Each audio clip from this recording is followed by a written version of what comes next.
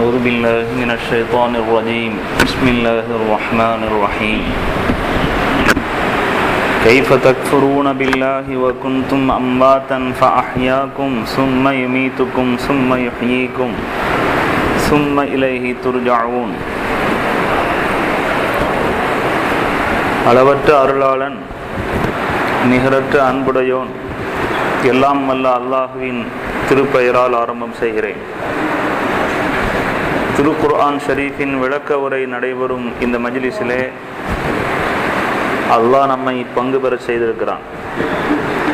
அல்ஹம்துலில்லாஹ்.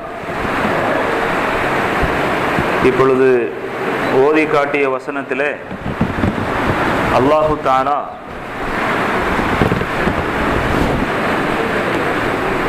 கைஃப தக்ஃபுரூன பில்லாஹி, அல்லாஹுவை எவ்வாறு நீங்கள் நிராகரிக்கிறீர்கள், வகுந்தும் அம்பாத்தன் ஃபஅஹ்யாக்கும், உயிரற்றவர்களாக நீங்கள் இருந்தீர்கள், அவன் உங்களை உயிர்ப்பித்தான், சும்ம யுமீத்துக்கும் சும்ம யுஹ்யீக்கும்,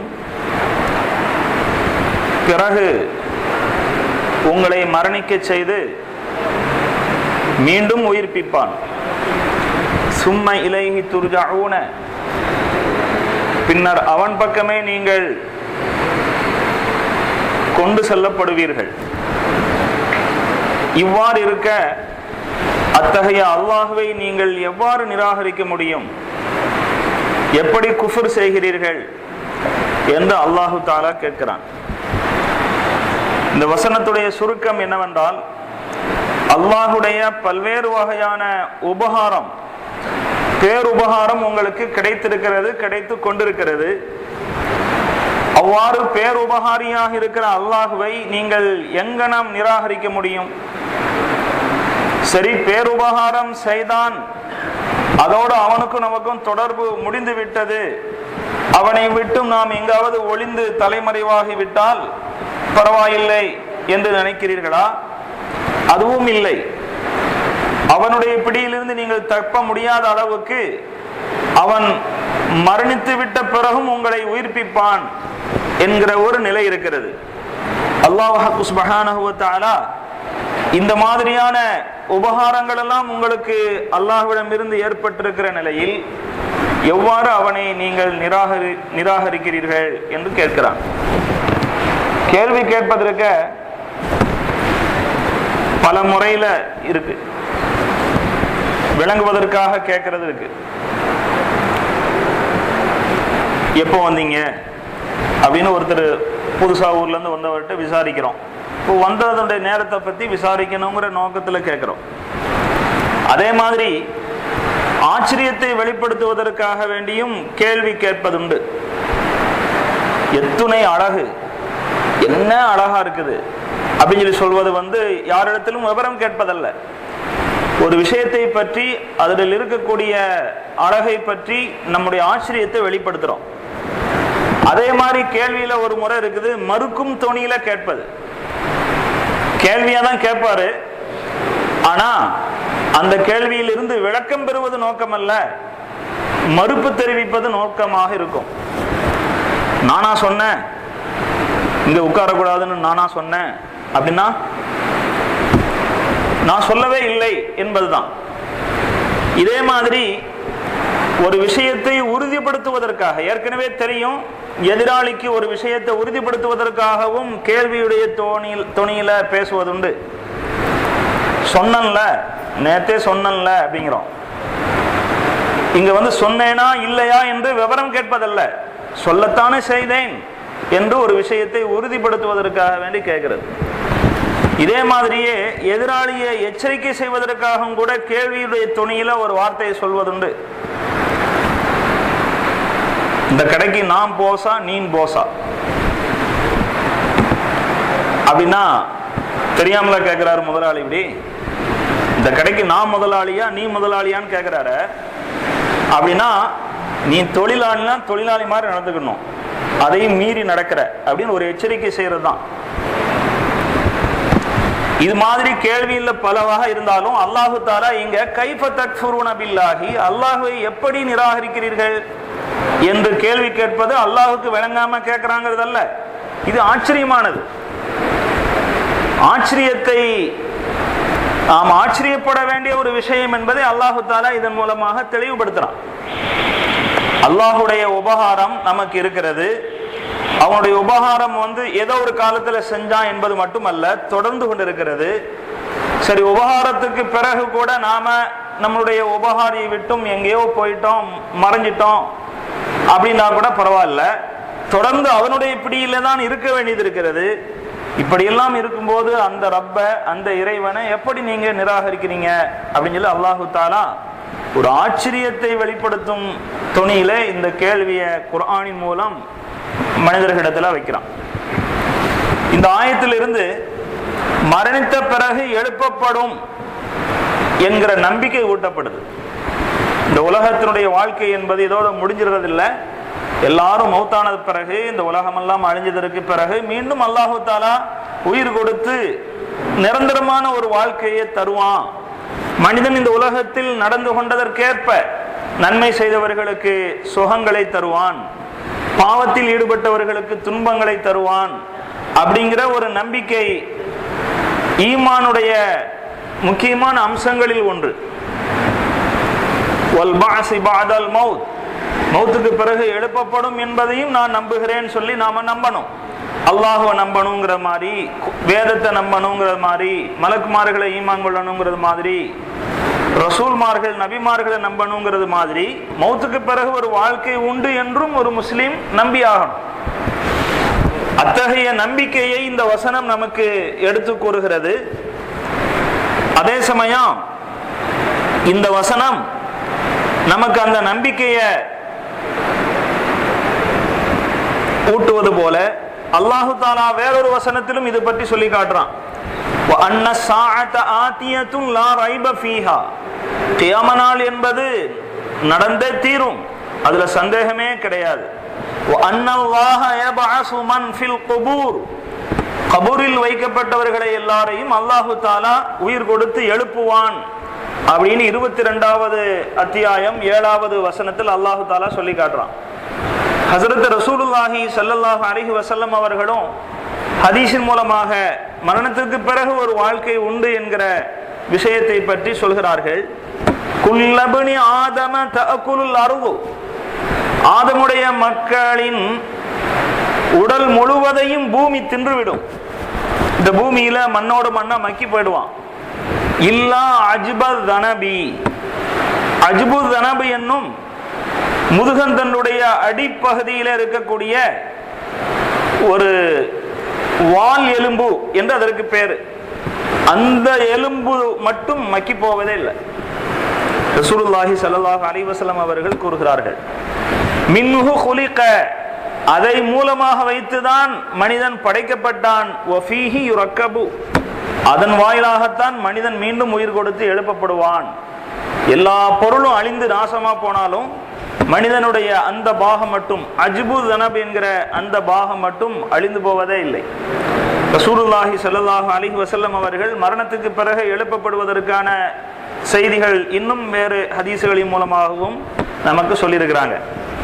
இங்க நம்ம கவனிக்க வேண்டிய விஷயம் என்னன்னா, மறுமை வாழ்க்கை என்று ஒன்று உண்டு, மரணித்த பிறகு உயிர் கொடுத்து எழுப்பப்படும் என்ற விஷயத்தை இஸ்லாம் வெறும் கண்மூடித்தனமான நம்பிக்கையாக மட்டும் சொல்வதில்லை, ஆதாரபூர்வமானது, அறிவுபூர்வமானது. அப்படிங்கிறத தான் நாம இந்த ஆயத்துடைய தஃப்சீரின் வாயிலாக விளங்கிக் கொள்ள வேண்டும். இந்த விஷயத்தை நாம ஆதாரபூர்வமாகவும் அறிவுபூர்வமாகவும் விளங்கிக் கொள்வதற்கு முதல்ல குர்ஆன் கூறக்கூடிய ஒரு வழி என்னன்னா, உன்னை நீ சிந்தித்து பார், உன்னை பற்றி சிந்தித்து பார். சில காலத்துக்கு முன்னால் என்னவாக இருந்த, உயிரற்ற ஒரு பொருளாக இருந்து இல்லையா? உயிரற்ற பொருளாக இருந்த ஒன்றில் இருந்து உன்னை படைக்க முடிஞ்சது அல்லாஹுக்கு. அப்படி இருக்கும்போது உன்னை மரணித்த பிறகு மீண்டும் ஏன் படைக்க முடியாது? இந்த மாதிரி உடைய சிந்தனை செலுத்தி பார்த்தனா இது அறிவுக்கு விளங்கும் என்று குர்ஆன்ல அல்லாஹு தஆலா அத்தகைய சிந்தனையை பல்வேறு ஆயத்துகளின் மூலமாக ஊட்டுகிறான். கமா பதஅனா அவ்வல ஹல்கின் நுஈதுஹு, ஆரம்பமாக நாம் படைத்தது போலவே மீண்டும் ஒரு முறை அவனை நாம் உருவாக்குவோம் என்று அல்லாஹ் குர்ஆன் ஷரீஃபிலே சொல்லி காட்டுகிறான். உபய் இப்னு கலஃப் ரசூலுல்லாஹி ஸல்லல்லாஹு அலைஹி வஸல்லம் அவர்களிடத்துல மக்கி போன ஒரு எலும்பை கொண்டு போய் தன்னுடைய கை விரலால் இப்படியே நசுக்கி காட்டி அதிலிருந்து துகள் தானே வரும், மக்கி போன செமித்து போன ஒரு எலும்பை எடுத்து அமுக்குனா அப்படியே பவுடர் ஆயிரும். அதை காத்துல தூவ விட்டுட்டு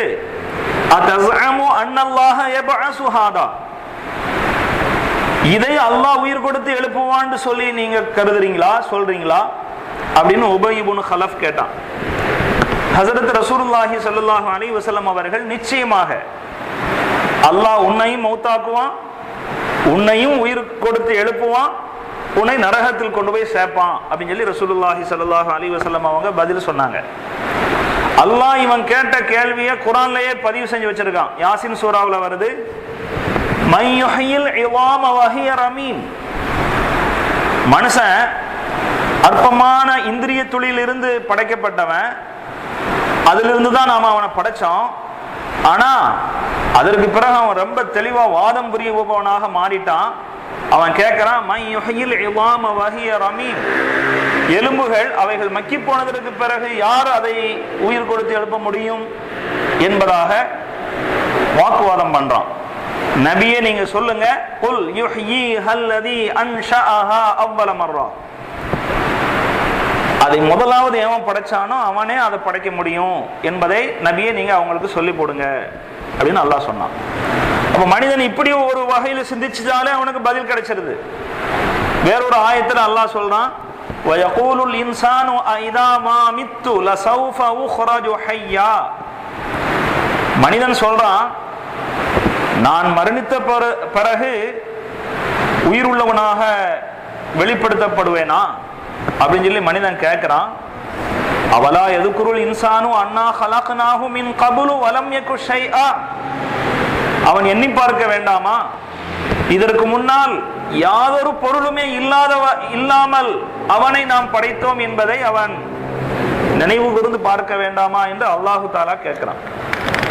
இப்படி அல்லாஹு தாலா மனிதன் மரணத்திற்கு பிறகு ஒரு வாழ்க்கை உண்டு என்ற அந்த நம்பிக்கை மனதில் வலுவாக்கிக் கொள்வதற்கு, நம்பிக்கையை வரவழைத்துக் கொள்வதற்கு பல வழிகளை சொல்லி தரலாம். அதுல ஒண்ணுதான் தன்னை பற்றி சிந்தித்துப்பார். இன்னொரு ஆயத்துல தெல்ல தெளிவா அல்லாஹ் சொல்றான், யா அய்யுஹன் நாசு இன் குன்தும் ஃபீ ரைபின் மினல் பாஸி. மக்களே, மௌத்துக்கு பிறகு எழுப்பப்படும் விஷயத்துல உங்களுக்கு சந்தேகம் இருந்ததுன்னா ஃபஇன்னா ஹலக்னாகும் மின் துராபின், தெரிஞ்சுக்கங்க, உங்களை நாம மண்ணில் இருந்து தான் படைச்சிருக்கோம். அதாவது உயிரற்ற ஒரு பொருள் இருந்து தானே உங்களை உயிருள்ள ஒரு ஜீவனாக நாம என்ன பண்ணிருக்கிறோம், உலாவ செய்திருக்கிறோம். இது நம்மளால முடிஞ்சுதா இல்லையா அப்படின்னு சொல்லி அல்லாஹ் கேட்கிறான். வேறொரு இடத்துல ஒரு பொருளை முதலாவது செய்யறது தான் சிரமம், மீண்டும் அது மாதிரி காப்பி அடிக்கிறது சிரமமான விஷயம் அல்ல. ஒரு காரியத்தை முதல் தடவையில செய்து பழக்கப்பட்டவனுக்கு அடுத்தடுத்து செய்யறது லேசு. இது மனிதனை பொறுத்த வரைக்கும், மனிதனுடைய சக்திங்கிறது சுயமான சக்தி இல்லையே, அல்லாஹ்விடமிருந்து வழங்கப்பட்ட சக்தி. மனிதனை பொறுத்த வரைக்கும் இதை வச்சு அல்லாஹ் நமக்கு விளங்க வைக்கிறான். உன் மனசுல என்ன இருக்கு, ஒரு பொருளை முதலாவது படைக்கிறதான் கஷ்டம் அப்படின்னு இருக்குது, அதையே அல்லாஹ் செஞ்சுட்டானா இல்லையா? உன்னுடைய மனோபாவப்படி அல்லாஹ் தஆலாவை பொறுத்த வரைக்கும் முதல்ல படைக்கிறதும் கஷ்டம் இல்லை, அடுத்தடுத்து படைக்கிறதும் கஷ்டம் இல்லை, எல்லாமே அவனுக்கு லேசு. மனிதனுடைய மனோபாவத்துக்கேற்ப அல்லாஹ் புரிய வைக்கிறான். அப்போ இந்த மாதிரி எல்லாம் நீ சிந்தித்து பார்த்தான்னு சொன்னா மறுமை வாழ்க்கை உண்மை என்பதை உன்னால் உணர்ந்து கொள்ள முடியும். இது ஒரு வழி. இரண்டாவது, அல்லாஹ் குர்ஆன் ஷரீஃப்ல மறுமை வாழ்க்கையை பற்றிய நம்பிக்கை ஏற்படுவதற்காக இரண்டாவது வழியா என்ன சொல்றான்னா, வரலாற்றை பாரு, மனித சமுதாயத்துடைய வரலாற்றின் பக்கம் கொஞ்சம் உன்னுடைய பார்வையை திருப்பி செலுத்து. மரணித்தவர்கள் உயிராக்கப்பட்ட நிதர்சனமான பல நிகழ்வுகள் வரலாற்று குறிப்புல உனக்கு கிடைக்கும், அதை வச்சாவது நம்பு. ஹஜ்ரத் இப்ராஹிம் அலைஹிஸ்ஸலாத்து வஸ்ஸலாம் அவர்கள் அல்லாஹ்விடத்துல கேட்டாங்கிறது நமக்கு தெரியும். அல் பக்ரா சூராவுல 260வது வசனத்தில் அல்லாஹ் தஆலா சொல்லி காட்டுறான், வைது கால இப்ராஹிம் ரப்பி அரினி கைஃப துஹ்யில் மௌதா. இப்ராஹிம் நபி இறைவனிடத்துல, யா அல்லாஹ், மௌத்தானவங்களை நீ எப்படி உயிர்ப்பிப்பாய் என்பதை எனக்கு காட்டுவேன் அப்படின்னு சொல்லி கேட்டாங்க. மௌத்தானவர்களை உயிர்ப்பிப்பான்னு சொல்லி சொல்றியே, அது எப்படின்னு சொல்லி எனக்கு கொஞ்சம் காட்டித்தா, காண்பி அப்படின்னு சொல்லி கேட்டாங்க. அல்லாஹ் கேட்டான், அப்படின்னா உனக்கு நம்பிக்கை இல்லையா அப்படின்னு சொல்லி கேட்டான். கால அவலம் துமின், ஈமான் இல்லையா, அதை பற்றி நம்பிக்கை உனக்கு இல்லையான்னு சொல்லி அல்லாஹ் கேட்டான். பலா வலாக்கில் யத்மஇன்ன கல்பி, நம்பிக்கை இருக்கு, நம்பிக்கை இல்லாதனால நான் கேட்கல, ஆனாலும் என் உள்ளம் திருப்திப்பட மாட்டாங்க. அப்படின்னா என்ன, நமக்கே கொஞ்சம் குழப்பமா இருக்கும். ஒரு விஷயம் மிக நம்பகமான ஒருத்தர் சொன்னாரு, உங்க கடையில கொள்ள போயிடுச்சிங்க அப்படின்ட்டு. நம்பகமான ஆள் தான் சொல்றாரு, ஆனாலும் மனசுக்குள்ள ஒரு தடுமாற்றம் இருந்துகிட்டே இருக்கும். நம்பிட்டோம், சொன்னதை வச்சு நம்பிட்டோம், இருந்தாலும் ஸ்பாட்டுக்கு போய் பார்த்த பிறகுதான் நம்முடைய மனதுல ஒரு இத்மினான், மன திருப்திங்கிறது ஏற்படுது. அல்லது நம்ம வீட்டுக்கு ஒரு முக்கியமான ஆள், நமக்கு ரொம்ப மஹப்பத்தான ஆள் ஒருத்தர் வந்திருக்கிறான்னு சொல்லி யார் மூலமாகவோ கேள்விப்பட்டோம், நம்பிக்கை இருக்குது, ஆனா கண்கூட போய் பார்க்கும்போது தான் நமக்கு அந்த மனசுல திருப்திங்கிறது ஏற்படுது. அது மாதிரி ஹஜ்ரத் இப்ராஹிம் அலைஹிஸ்ஸலாத்து வஸ்ஸலாம் அவங்க மௌத்துக்கு பிறகு எழுப்புவான் என்பதில் எனக்கு நம்பிக்கை இருக்கு, வலாக்கின் யத்மஇன்ன கல்பி, என்னுடைய உள்ளம் திருப்தி அடைய வேண்டும் என்பதற்காக கேட்கிறேன். கேள்விப்படுறதுனால மட்டும் உறுதியாக ஏற்றுக்கொள்ளக்கூடிய விஷயம் இருக்க, அதை கண்கூடாக பார்க்கும் போது கூடுதலாக நம்முடைய மனதில் திருப்தி ஏற்படுங்கிறது தெளிவான விஷயம். குழந்தை பிறந்துருச்சுங்க அவங்களுக்கு அப்படின்னு சொல்றாங்க, நம்பகமானவங்க தான் சொல்றாங்க, ஆவல் வருதா இல்லையா, கண்கூடா போய் பார்க்கணும்னு சொல்லிட்டு. இது மாதிரி ஹஜ்ரத் இப்ராஹிம் அலைஹிஸ்ஸலாத்து வஸ்ஸலாம் அவர்களுக்கு அல்லாஹ் தஆலா என்ன பதில் சொன்னா, 4 பறவைகளை பிடிச்சி நீங்க அதோட பழகிருங்க, அதை பழக்கப்படுத்திருங்க, அதுக்கு பிறகு அவைகளை பூரா அறுத்து எல்லாத்தையும் துண்டு துண்டாக்கி எல்லாத்தையும் கலந்து ஒவ்வொரு மலையிலையும் கொஞ்சம் கொஞ்சமா போய் வச்சிருங்க. 4 மலையில வைக்க சொன்னா, நடுப்பகுதியில இருந்து இப்ராஹிம் அலைஹிஸ்ஸலாத்து வஸ்ஸலாம் அவர்கள் அவைகளை அழைத்தார்கள். அவைகள் எல்லாம் கலந்து வைக்கப்பட்ட சதை துண்டுகள் எல்லாம் ஒன்றோடொன்று இணைவதை கண்ணால் பார்த்தார்கள். ரத்தம், எலும்பு, சதை ஒவ்வொன்றும் அதனுடைய உறுப்புகளோடு போய் இணைகிறத கண்கூடாக பார்த்தாங்க. அல்லாஹு தஆலா இது மாதிரி வரலாற்றில் உண்மையாகவே நிதர்சனமாகவே நடத்தி காட்டினா, இப்படி வரலாற்றின் பக்கம் உன்னுடைய பார்வை செலுத்தினா கூட மறுமையை பற்றிய நம்பிக்கை ஏற்பட்டு விடும் அப்படின்னு அல்லாஹ் சொல்றான்.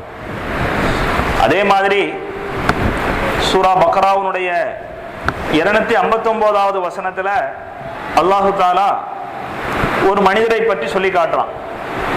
அந்த மனிதர் யார் அப்படிங்கிறத பற்றி சரியான தெளிவுலாம் இல்லை. சில பேர் உஸைர் என்பதாக சொல்றாங்க, சில பேர் ஹில்ர் என்பதாக சொல்றாங்க. அது நமக்கு தேவையில்லை. இதுல சொல்லப்படுற விஷயம் என்னன்னா, பாழடைந்து போன ஒரு ஊர், மக்கள் எல்லாம் குடியிருந்து அவ்வாறு குடியிருந்ததற்கான அடையாளமே இல்லாமல் முற்றிலும் பாழடைந்து போன, நாசமாகி போன ஒரு ஊர் அவர் கடந்து போறார். கடந்து போகும்போது அந்த ஊர் இந்த அளவுக்கு பாழடைந்திருக்குதுங்கிறத அவர் சொல்ல வர்றார். அன்னா யுஹ்யி ஹாதிஹில்லாஹு பஅத மௌத்திஹா, இவ்வளவு பாழானதற்கு பிறகு அல்லாஹ் இந்த ஊரை எங்க தான் செழிப்பாக்க போறானோ அப்படின்னு சொல்லி போட்டு போறார். அப்ப அவருக்கு அல்லாஹ்வுடைய விஷயத்துல இதை ஒரு பாரதூரமாக அவர் கருதுவதாக இந்த வார்த்தை வெளிப்படுது இல்லையா. அதனால அல்லாஹ் என்ன பண்ணா, ஃபஅமாதஹுல்லாஹு மிஅத ஆமீன், 100 வருஷம் அவரே மௌத்தாக்கிட்டான். சும்ம பஅஸஹு, 100 வருஷத்துக்கு பிறகு அவருக்கு உயிர் கொடுத்து எழுப்பி, கால கம் லபிஸ்த, எத்தனை வருஷம்பா நீ மௌத்தாகி இருந்த அப்படின்னு சொல்லி அல்லாஹ் கேட்டான்.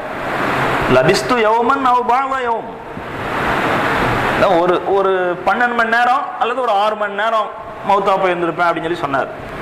ஏன் அப்படி சொன்னாருன்னா, காலையில அவருக்கு உயிர் போச்சு, அவர் முடிச்சு பார்க்கும்போது மாலை நேரமா இருந்துச்சு. அவர் நினைச்சிட்டாரு அன்றைய தினத்தினுடைய மாலை தான் அப்படின்னு சொல்லி நினைச்சுக்கிட்டாரு.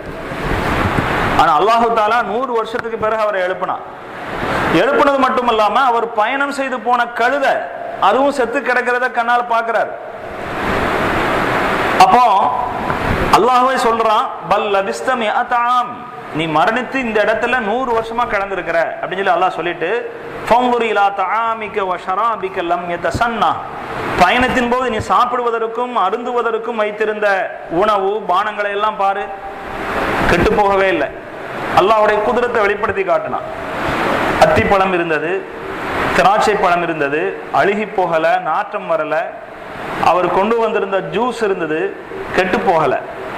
ஒங்குரிலல் இவாமி கைஃப நன்ஷுசுஹா, கழுதையை பார், அதனுடைய உடலை நாம எப்படி கோர்த்து உயிர் கொடுத்து எழுப்புறோங்கிறத பார் அப்படின்னு சொல்லி அல்லாஹு தாலா சொன்னா, அவர் பயணித்த கழுத எலும்புகள் எல்லாம் தசை கோடி உயிர் பெற்று எழுவதை கண்கூடாக பார்த்தார்.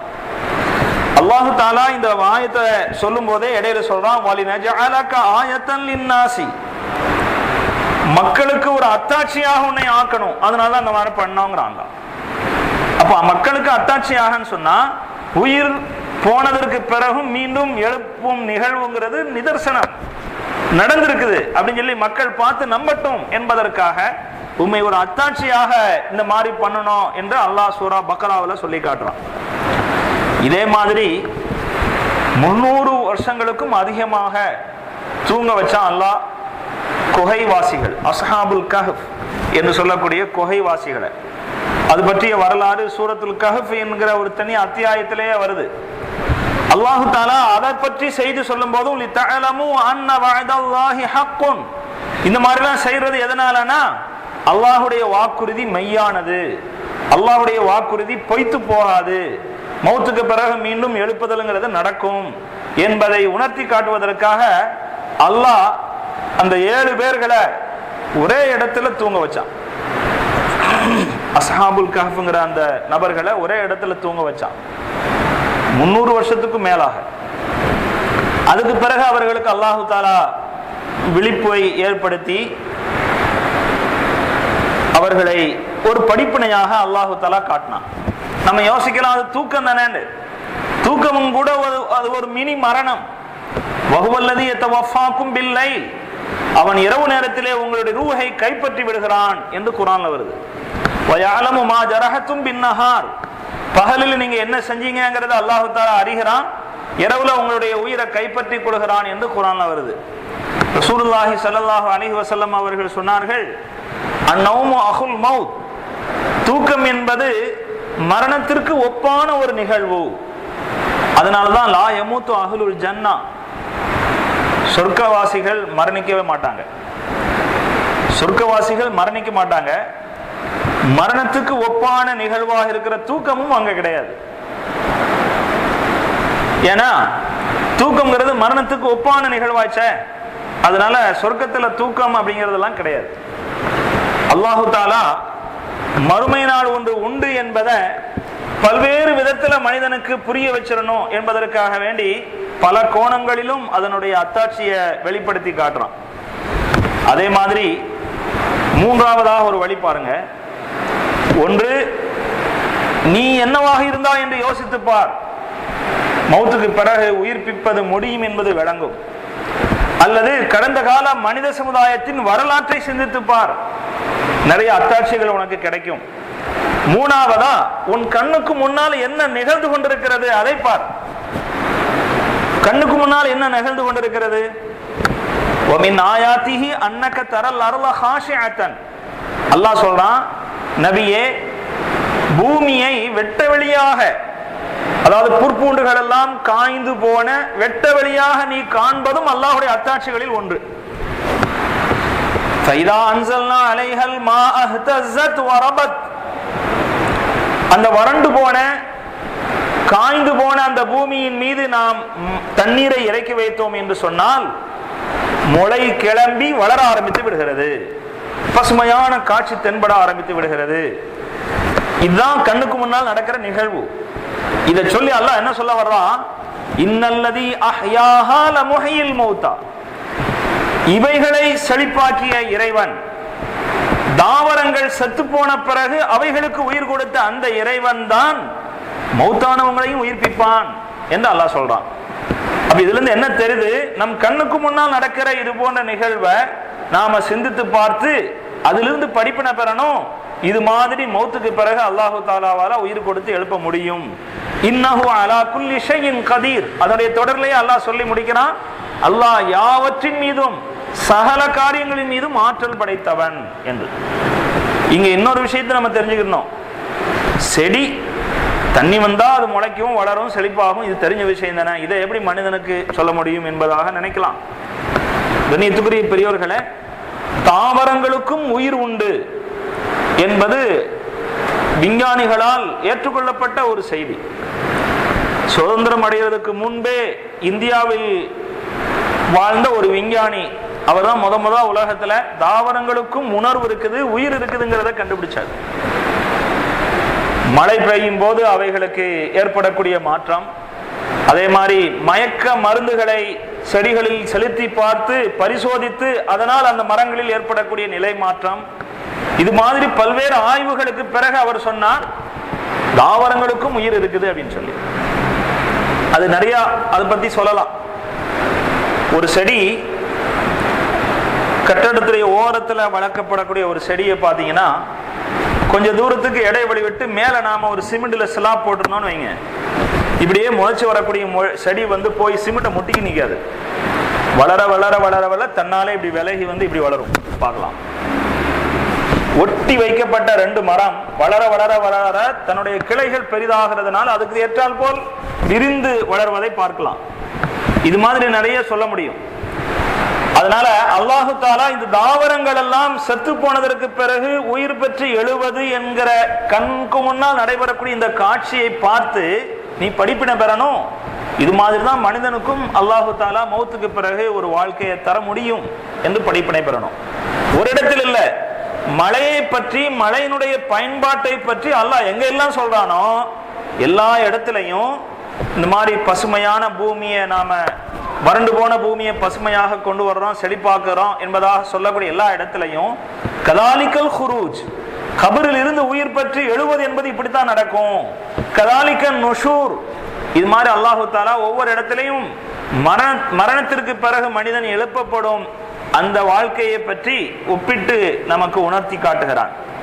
இதெல்லாமே குர்ஆன் ஹதீஸ் அடிப்படையில நமக்கு சிந்தனையை தூண்டக்கூடிய ஆதாரபூர்வமான விஷயங்கள்.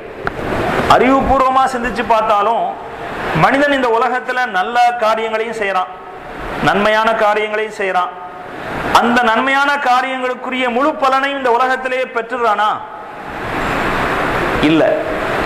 அநியாயம் அட்டூழியம் பண்றான், வன் கொடுமைகளில் ஈடுபடுறான்.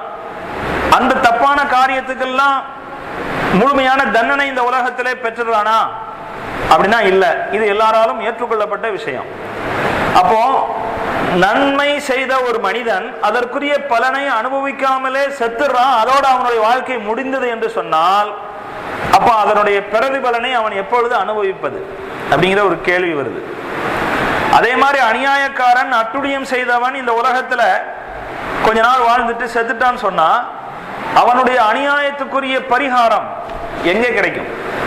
அந்த அநியாயத்துக்குரிய தண்டனை அவனுக்கு எப்பொழுது கிடைக்கும் அப்படிங்கிற ஒரு கேள்வி வருது. இந்த கேள்விக்கு மறுமையை பற்றிய நம்பிக்கை வந்ததுன்னு சொன்னா ஒரு கேள்வியே நம்ம இடத்துல இருக்காது. இந்த அடிப்படையில் சிந்திச்சு பார்த்தாலும் நிச்சயமாக அல்லாஹு தாலா மறுமை வாழ்க்கை என்பதை ஒன்று வைத்திருக்கிறான். மனிதன் மரணத்திற்கு பிறகும் உயிர் கொடுத்து எழுப்பப்படுவது உண்மை என்பதை தெரிந்து கொள்ளலாம். வரலாற்றில் நம்ம சிந்திச்சு பார்க்கணும்.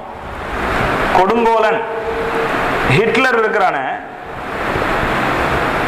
அவன் 60 லட்சம் யூதர்களை கொண்டு குவித்த மகா கொடுமையான மனிதன். இந்த உலகத்தில் நம்ம அநியாயம் செய்யக்கூடியவனுக்கு முழுமையா தண்டனை கிடைக்கலங்கிறோம் இல்லையா? அதை விளங்கிக் கொள்வதற்கு ஒரு உதாரணம். ஒன்று, செய்த குற்றத்திற்கு அறவே தண்டனைப்படாம செத்து போயிடுறான், அல்லது செய்த குற்றத்திற்கு தண்டனை கிடைச்சாலும் முழுமையாக கிடைக்கிறது இல்லை. 60 லட்சம் யூதர்களை கொண்டு குவித்த அந்த கொடுங்கோலன் ஒரு காவல்துறையினரால் கைது செய்யப்பட்டு சட்டத்துக்கு முன் அவன் நிறுத்தப்பட்டிருப்பானே, ஆனால் அதிகபட்சமா அவனுக்கு என்ன தண்டனை கிடைச்சிருக்க வாய்ப்பு இருக்கு? தூக்கு தண்டனை அப்படிங்கிறது தான் கிடைப்பதற்கான வாய்ப்பு இருக்கு. 60 லட்சம் உயிர்களை கொன்ற ஒரு மனிதனுக்கு ஒரு தடவை உயிர் போறது தான் முழுமையான தண்டனையா?